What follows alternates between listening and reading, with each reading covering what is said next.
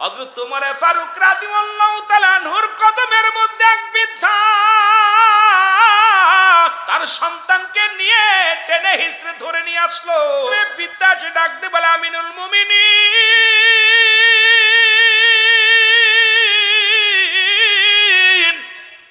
আপনার কদমের মধ্যে আমি আসছি, আমার সন্তানের বিচার করা লাগবে।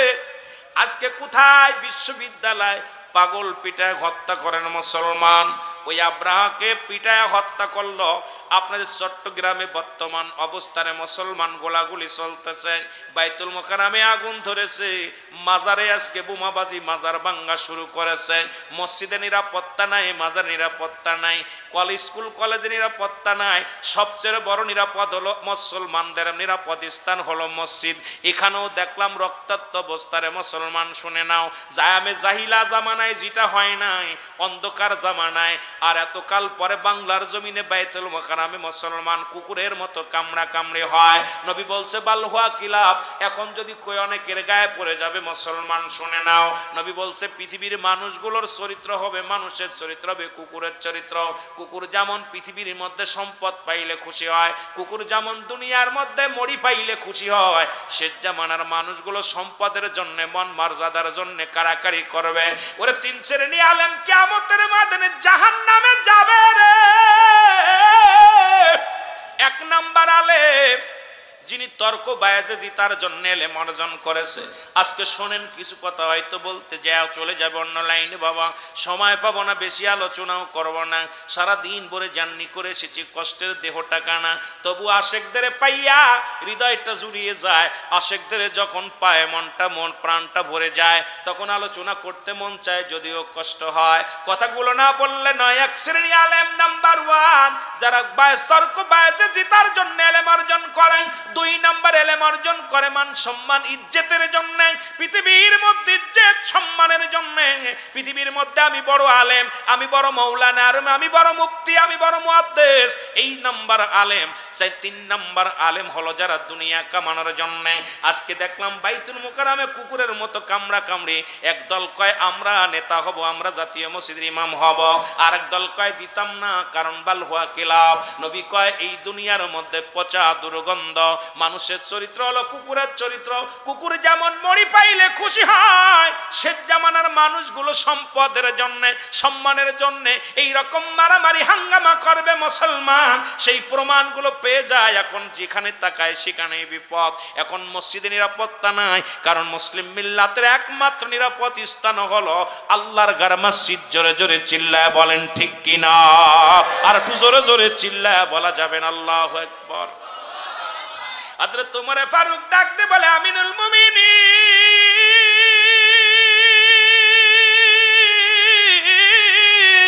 এটা আমার ছেলে, বিচার করা লাগবে। আমার ছেলেরা অপরাধ করেছে, বিচার করা লাগবে। কেমন বাবা? আর আমার সন্তানগুলো খুন করে আসে, সন্ত্রাসী করে, লুচ্ছামি করে, বদমাইশি করে, তাদের পক্ষ নেই। আর মাজার ভাঙ্গার জন্য বড় ব্যস্ত হয়ে গেছে, শুই না লও। আস্তে আস্তে আলোচনার মধ্যে যায়। খলিফা হযরত ওমর ফারুক ডাকতে বলে, বৃদ্ধা তোমার ছেলে? বলে হ্যাঁ আমার ছেলে। কি বিচার? কয় হুজুর তিনটা বিপদ, তিনটা পাপ করেছে, অন্যায় করেছে। বলে এক নাম্বার অপরাধ আমার সন্তানের, শোনেন, এক নাম্বার অপরাধ সে মানুষ হত্যা করেছে। মানুষ হত্যা করা পাপ না পুণ্যি? কথা কন, পাপ না পুণ্যি? মানুষ হত্যা করেছে। খলিফা হযরত ওমর ফারুক রাগী একদম টকবক, দেহের রক্ত যেন টকবকে হয়ে গেছে। এমনি তো খত্তাবের বেটা ওমর পৃথিবীর মধ্যে অন্য সাহাবীর চাইতে টুরাগণ্ডিত। হযরত ওমর ফারুক যে রাস্তা দিয়ে প্রবেশ করত, মাস্টার ইবলিস পর্যন্ত ভয় পেত ওই রাস্তা দিয়ে আসতে। এমন রাগী মানুষ ছিল, এমন মুসলমান আশিকে রাসূল ছিল, রাসূলের প্রেমে এশকে দেওয়ানায় পড়েছিল হযরত ওমর ফারুক। ওমর ফারুক ডাক দিয়ে কয়, যুবক তুমি কি জানো না মানুষ হত্যা করেছো? হত্যার বদলে হত্যা, তোমাকে হত্যা করা লাগবে। যুবক কয়, আমিনুল মুমিনিন আপনি যে রায় দিবেন আমি মাথা পেতে মেনে নিব। আমি জানতাম না, আপনি রায় দিছেন, মেনে নিলাম। বলে দুই নাম্বার অপরাধ কি তোমার ছেলের? বলো। কয় দুই নাম্বার ছেলে, আমার ছেলে দুনিয়ার মধ্যে, শুনে নাও শুনে নাও, জিনা করেছে। এরে দুই নাম্বার অপরাধ, জিনা করেছে। এবার আমিনুল মুমিনিন খত্তাবের বেটা উমর ডাকতে বলে, যুবক তুমি কি জানো না জিনার শাস্তি কি? পৃথিবীর মধ্যে যদি কোনো যুবক জিনা করে, কোনো বৃদ্ধা যদি জিনা করে, যদি কোনো বিবাহিত পুরুষ এবং নারী জিনা করে গো, যদি কোনো বিবাহিত পুরুষ জিনা করে, বিবাহিত নারী জিনা করে, শাস্তির বিধান তাকে 100 ডুরা তার গায়ে মারতে হবে। ওই 100 ডুরা এমন ভাবে মারতে হবে 2 সেটে মারা পর যেন মারা যায়, ওই বাকিগুলো তার কবরের উপরে হান্দাইতে হবে না মুসলমান। আর যদি তো হলো মুসলমান অবিবাহিত পুরুষ অবিবাহিত নারী, আর বিবাহিত নারী বিবাহিত পুরুষ যদি জিনা করে, শাস্তির বিধান হলো তাকে বুক পর্যন্ত মাটির ভিতরে পুঁততে হবে, কঙ্কাল নিক্ষেপ করতে হবে, পাথর ছুঁড়ে মারতে হবে, যতক্ষণ পর্যন্ত মৃত্যুবরণ করবে না ততক্ষণ পর্যন্ত মারা বন্ধ হবে না। আমার দেশের অনেক যুবক শালীর সঙ্গে অশ্লীল কাজ করে, পরের বউ নিয়ে বেগে যায়, পরের বউ সঙ্গে পরক্রিয়া করে। মুসলমান অনেক ছেলেরা দেখি বিদেশের মাটিতে আছে, তাদের বিবি লইয়া হোটেলে চলে যায়। কত যুবক আমার দেশে অনেক আলেম ধরা পড়ছে, আবার ফুলের মালা নিয়ে গলায় ফিরে আইছে, আবার তারা বড় বড় মিডিয়ায় বড় বড় হুক্কার মারে, জোরে জোরে চিল্লায় বলেন ঠিক কি না?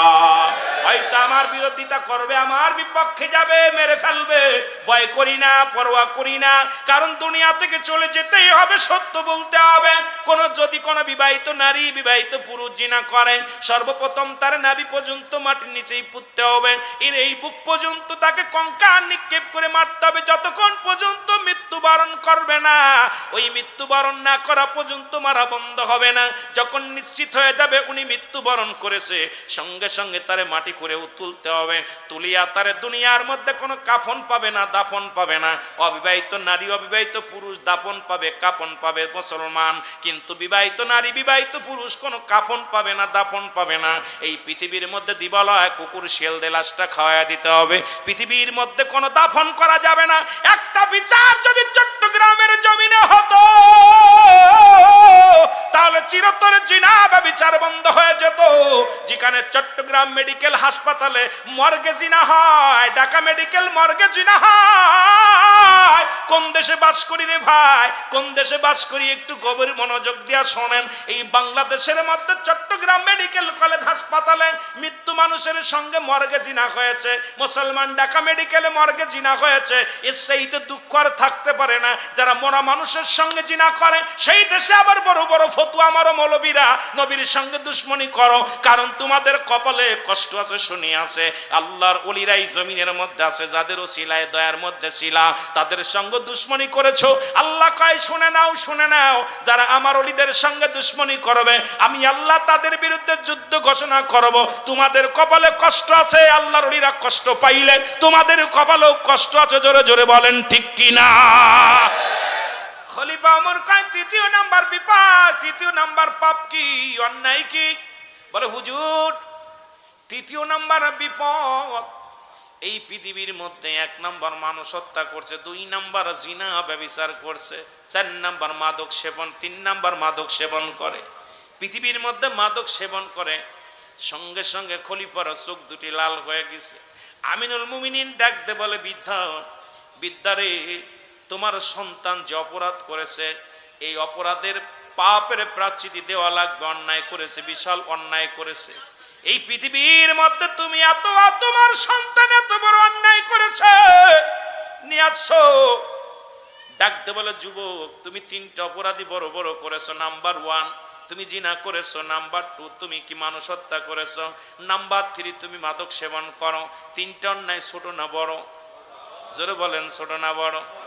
যুবক ডাকতে বলে খলিফা আমিনুল মুমিনিন, যখন আমার আব্বা আজকে নামাজ ফজরের নামাজ শেষ করে ডাকতে বললে অমক চলো যাই খলিফার দরবারে, আমি একটা কথার প্রতিবাদ করি নাই, বাবা যখন হাত ধরেছি বাবার পিছে পিছে চলে আসছি, আমি জানি আপনার কদমে ন্যায় বিচার পাবো।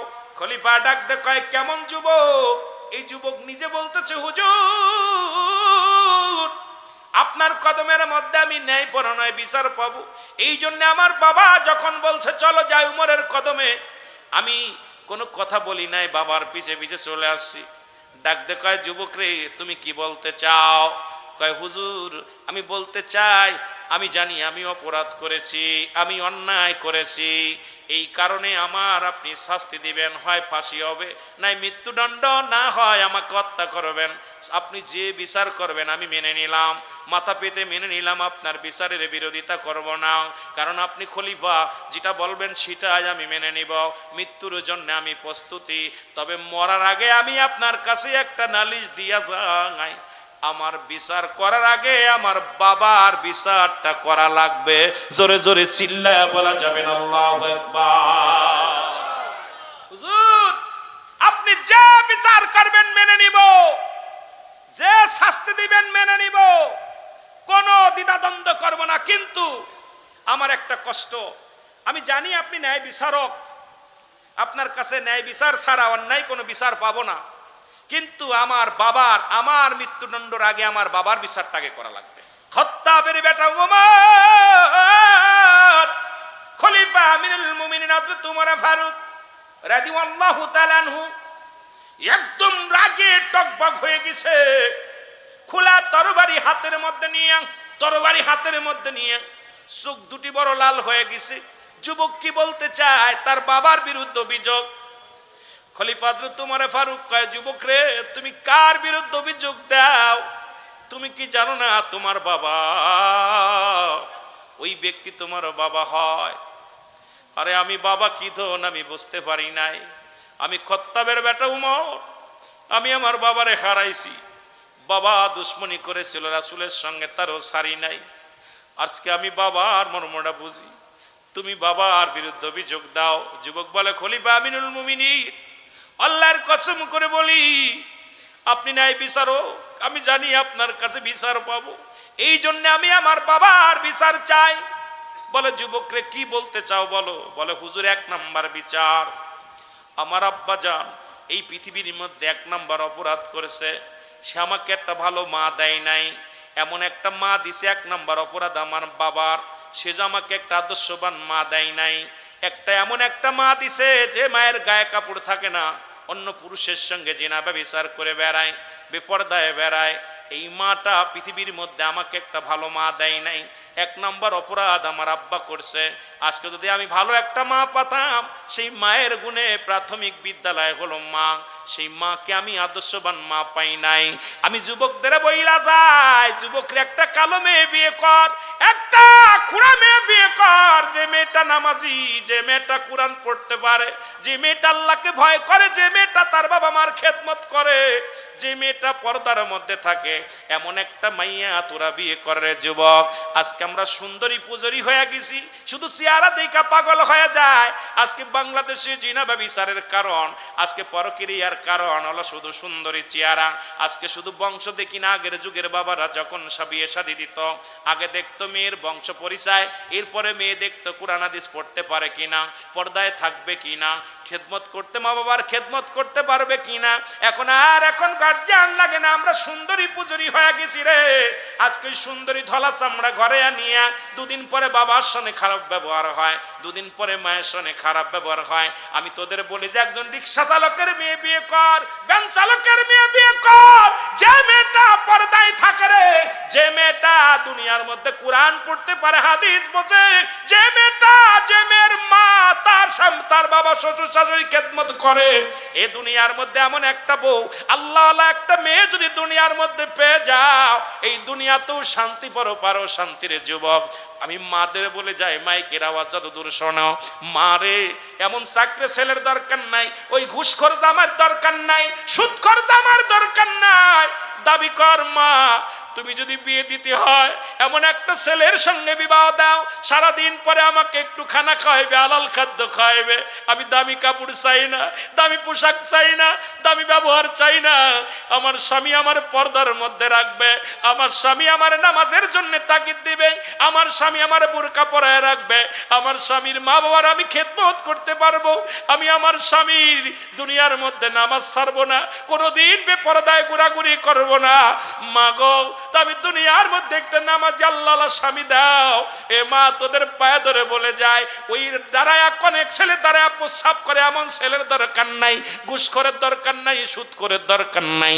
কারণ এই দুনিয়া থেকে বিদায় হয়ে যাবি, এই দুনিয়া চিরদিনের জন্য থাকার জায়গা না। আল্লাহ বলেন, কুল্লু মান আলাইহা ফান। আল্লাহ বলে বান্দারে এই জমিন আমি রাখবো না, আসমান আমি রাখবো না, এই জমিনটা আমি চূর্ণ বিচূর্ণ করে দিব। কিসের জন্য এত বাড়াবাড়ি? ওই বাড়িওয়ালা 3 তলা 4 তলা 5 তলা বাড়ি ছেড়ে চলে যেতে হবে রে। কেন এত মস্তানি, কেন এত?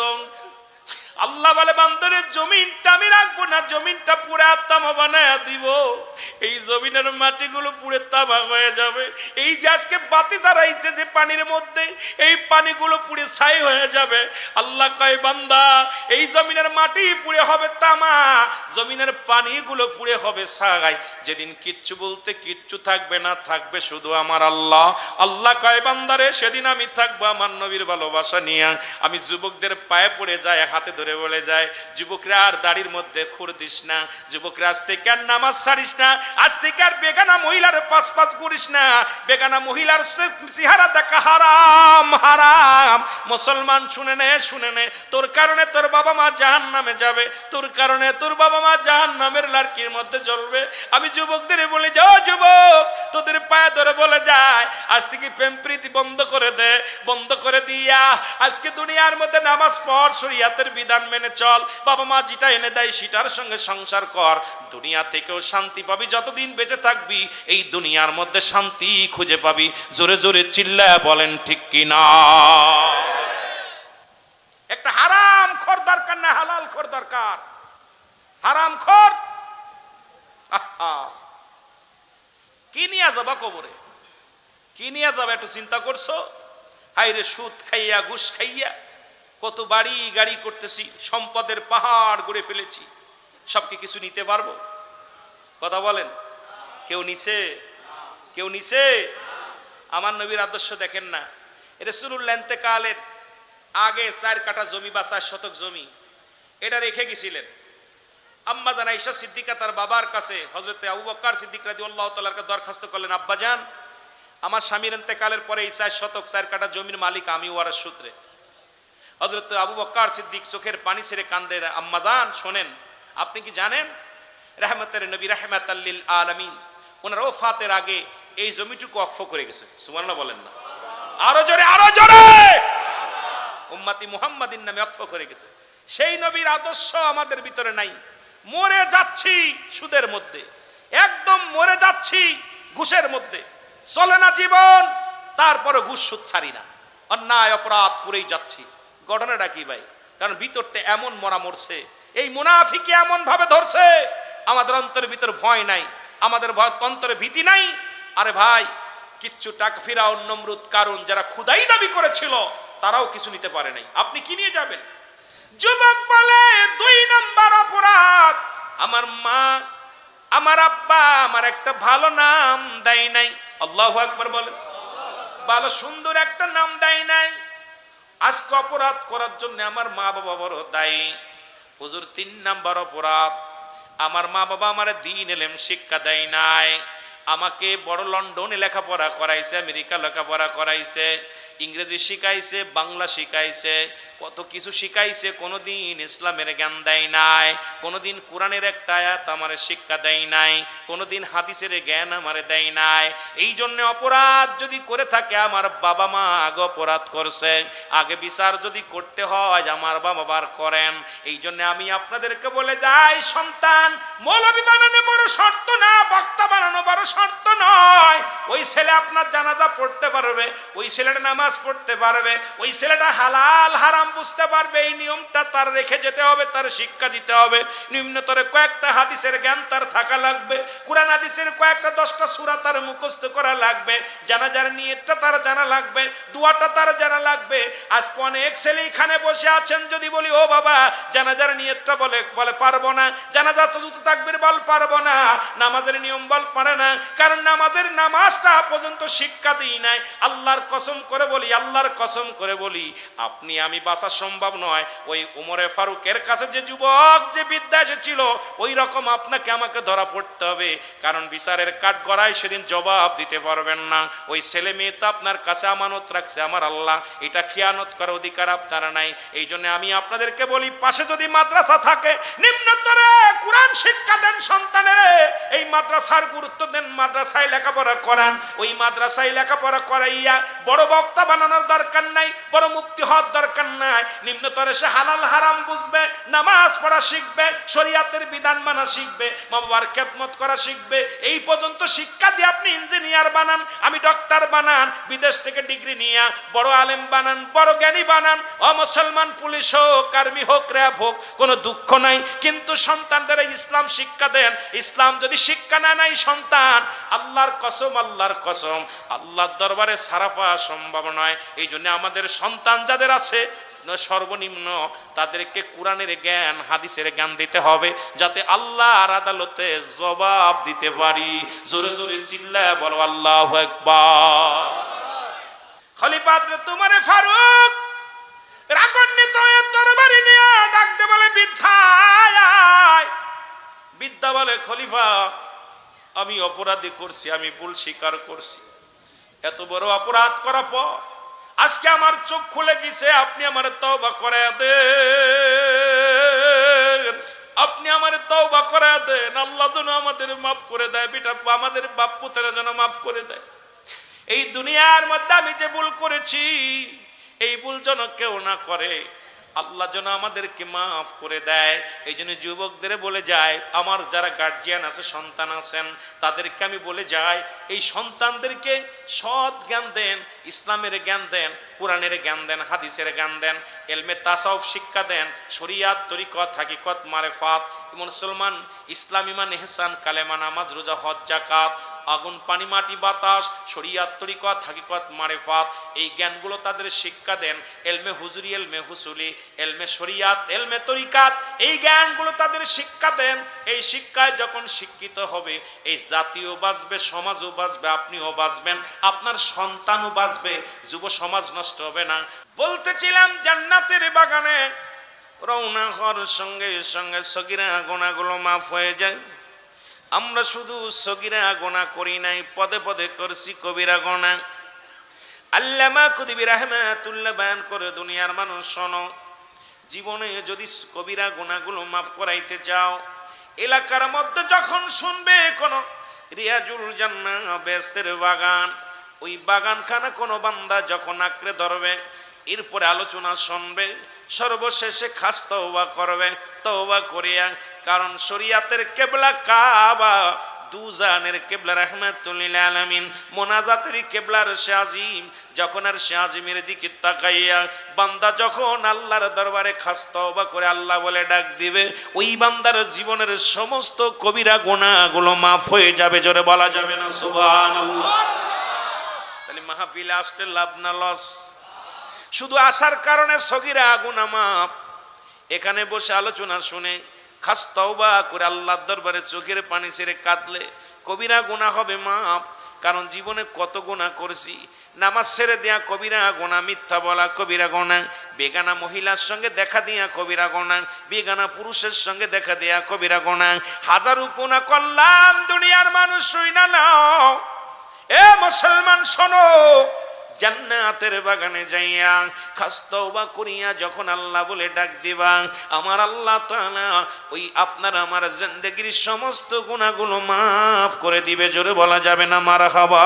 একটু জোরে জোরে চিল্লায়া বলা যাবে না আলহামদুলিল্লাহ? এ মুসলমান, এখন বাতিলেরা কয় আমরা যে আল্লাহুম্মা সাল্লি আলা সাইয়্যিদিনা মাওলানা মুহাম্মদ, এই দুরূদ পড়ি কোনো কিতাবের মধ্যে নাই। আমি কই বাজান, তোমরা যে দুরুদ ইব্রাহিম পড়ো কোন কিতাবে পাইলা জানায়া দাও। আমার কিতাবের নাম শুনে নাও, নাসাই শরীফের প্রথম খণ্ড 145 নম্বর পৃষ্ঠা 4 নম্বর কলমের 4 নম্বর লাইনের মধ্যে আছে কোন দুরুদ নবীর উপর আমরা যে দুরুদ পড়লাম। আজ থেকে 10 বছর পিছিয়ে যান, আগের যুগের মানুষগুলি দুরুদ পড়ত, কিন্তু আমার বর্তমান বাংলাদেশের কিছু পাপিষ্ট নালায়েক আছে যারা দাড়ি টুপি জুব্বা লাগাইয়া আমরা যে দুরুদ শরীফ পড়ি, মিলাদ শরীফ পড়ি কয় মেলাদ এই হালুয়া কোন কিতাবের মধ্যে নাই। এ পাগলের দলেরা শুনে নাও, এ মুসলমান, তিরমিজি শরীফের দ্বিতীয় খণ্ড 203 নম্বর পৃষ্ঠার মধ্যে 2 নম্বর লাইনের মধ্যে এই দুরূদ শরীফ আছে। আমি কিতাবের মধ্যে যে দুরূদ আল্লাহুম্মা সাল্লি আলা সাইয়্যিদিনা মাওলানা মুহাম্মদ ওয়ালা আলি সাইয়্যিদিনা মাওলানা মুহাম্মদ। এখন আমার দেশের পণ্ডিতেরা কয় কিতাবে নাই। কোন কিতাবে নিবা? তবে দুরূদ ইব্রাহিম খাস দুরূদ কোন কিতাবে আছে আমি একটু জানতে চাই। যে এই দুরূদ শরীফ ছাড়া অন্য দুরূদ পড়া যাবে না, কিন্তু এই দুরূদ গুলো কয় কোন কিতাবের মধ্যে নাই। এই পাগলদের সঙ্গে আমি কেমনে বোঝাইব? এই পাগলদের বোঝানোর শক্তি আমার নাই। আমি আপনাদেরকে বইলা যায়, রাসূলের ভালোবাসার প্রেমের মালা গলায় পরো, শান্তি পাবা। জোরে জোরে চিল্লায়া বলা যাবে না আল্লাহু আকবার। ও গুনাহগারেরা বাবারা শোনো, আমার বাবারা শোনো, আল্লাহ বলে ইন্নানি চিন্নাল্লাহ, আমি আল্লাহ ইউসাল্লুনা, আমি পড়েছি আলান নবী, আমার নবীর উপরে।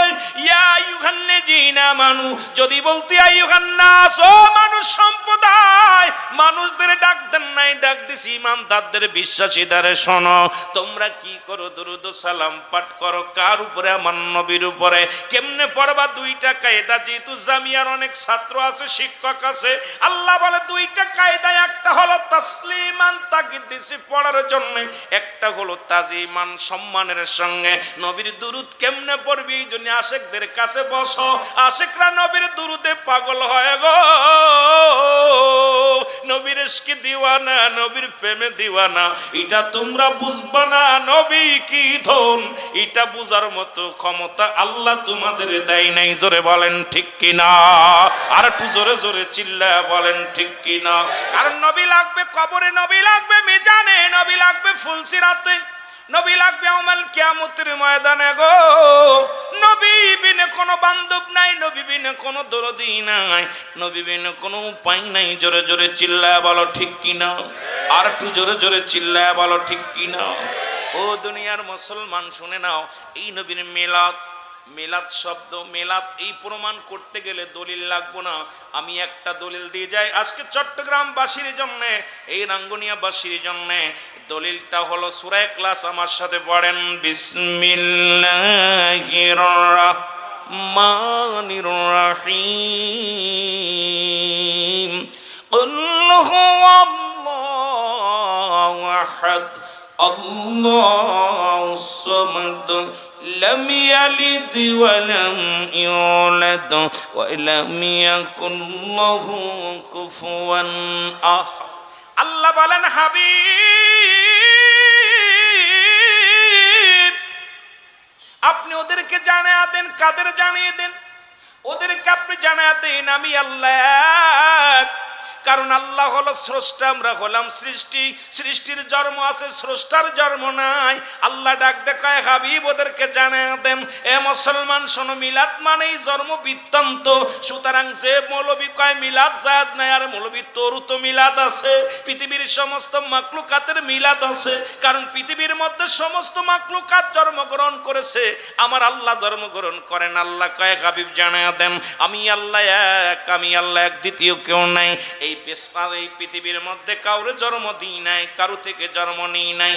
আসমান জমিনের মধ্যে আমার সমতুল্য, আমার সমকক্ষ আর কেউ নাই। ইহা দ্বারা প্রমাণ হয় আমার আল্লাহ। পৃথিবীর মধ্যে আল্লাহর বাবা নাই, মা নাই। আমার রাসূলের বাবা ছিল, রাসূল 570 খ্রিস্টাব্দে দুনিয়ার মধ্যে আগমন করেছে। আমার নবীর বাবার নাম আব্দুল আব্দুল্লাহ, মার নাম মুসলমান আমেনা, দাদার নাম আব্দুল মুতালিব, দাদির নাম ফাতিমা, নানার নাম মুহাবজুর, নানির নাম বাররা। মুসলমান বংশ হলো কুরাইশ বংশ এই দুনিয়ার মধ্যে। এখন আমার আল্লাহর জন্ম নাই, নবীর জন্ম আছে।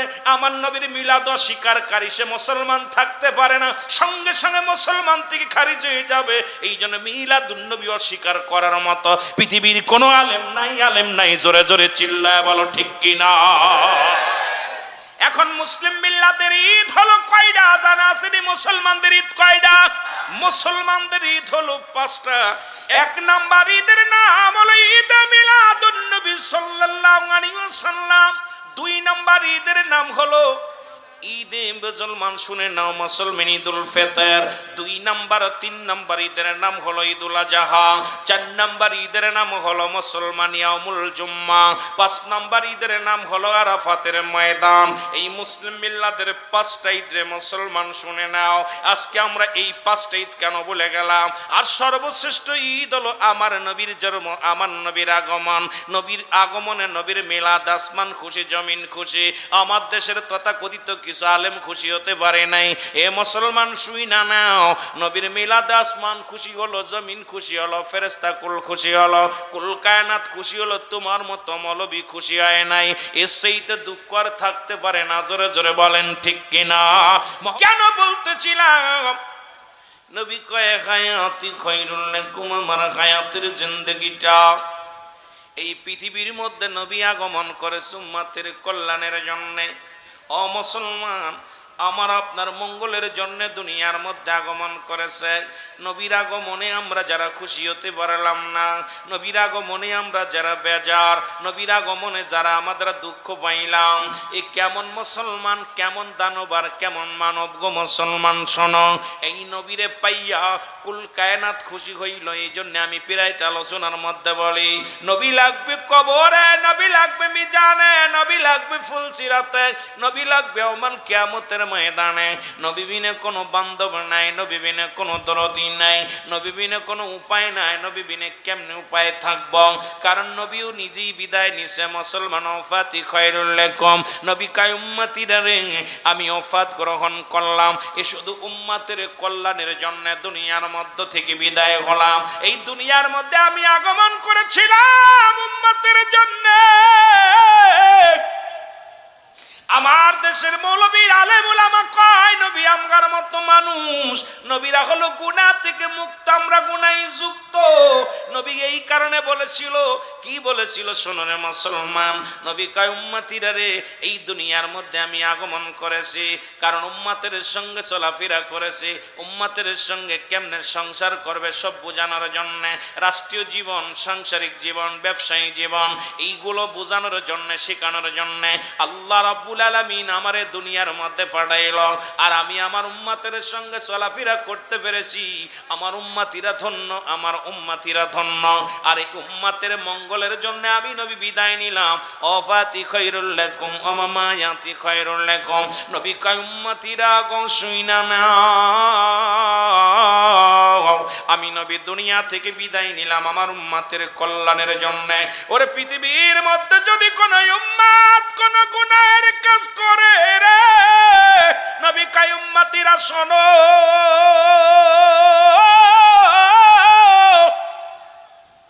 এই পৃথিবীর মধ্যে যদি কোন উম্মত ভালো কর্ম করে, সঙ্গে সঙ্গে আমি নবী আমার আল্লাহর দরবারে প্রশংসা করি। আমার আল্লাহ ওই মাঝবান্ডারির দরবারের মুরিদান, অমুক আল্লাহ তোমার দামে পাগল হয়ে গেছে, তোমার ইশকে দেওয়ানা হয়ে গেছে, অমুক মাহফিল অনেক অনেক তোমার আশিক হয়ে গেছে। সঙ্গে সঙ্গে আমি আল্লাহর দরবারে প্রশংসা করি আমার উম্মতের হইয়া। আবার পৃথিবীর মধ্যে যদি কোনো উম্মত গুনাহের কাজ করে রে, সঙ্গে সঙ্গে আমি নবী আল্লাহর দরবারে ইস্তেগফার করি, ক্ষমা চাই আমার উম্মতের জন্য। এই জন্য মৌলবীরা শোন বাবা, সন্দেলের কান্ডা লাগা শোন।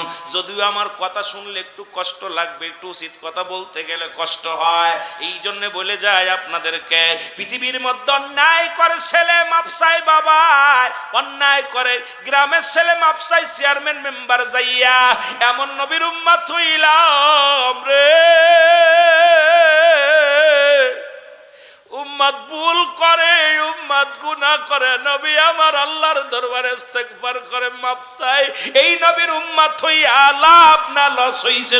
বলতে চাই আমি আপনাদের কাছে জানতে চাই, নবীর উম্মত হইয়া লাভ হইছে না লস হইছে? আরো জোরে বলেন, লাভ হইছে না লস হইছে? পৃথিবীর মধ্যে কে বা কার জন্য কান্দে? নবী আমার উম্মতের দরদি, নবী আমার উম্মতের দেওয়ানা, নবী আমার উম্মতের জন্য পাগল ফারাফার। অন্যায় করে ছেলে মাপসায় বাবায়, অন্যায় করে উম্মত মাপসায় আমার নবী। এই নবীর পক্ষে থাকার দরকার আছে কি না? আর একটু জোরে জোরে চিল্লায় বলেন আছে কি না?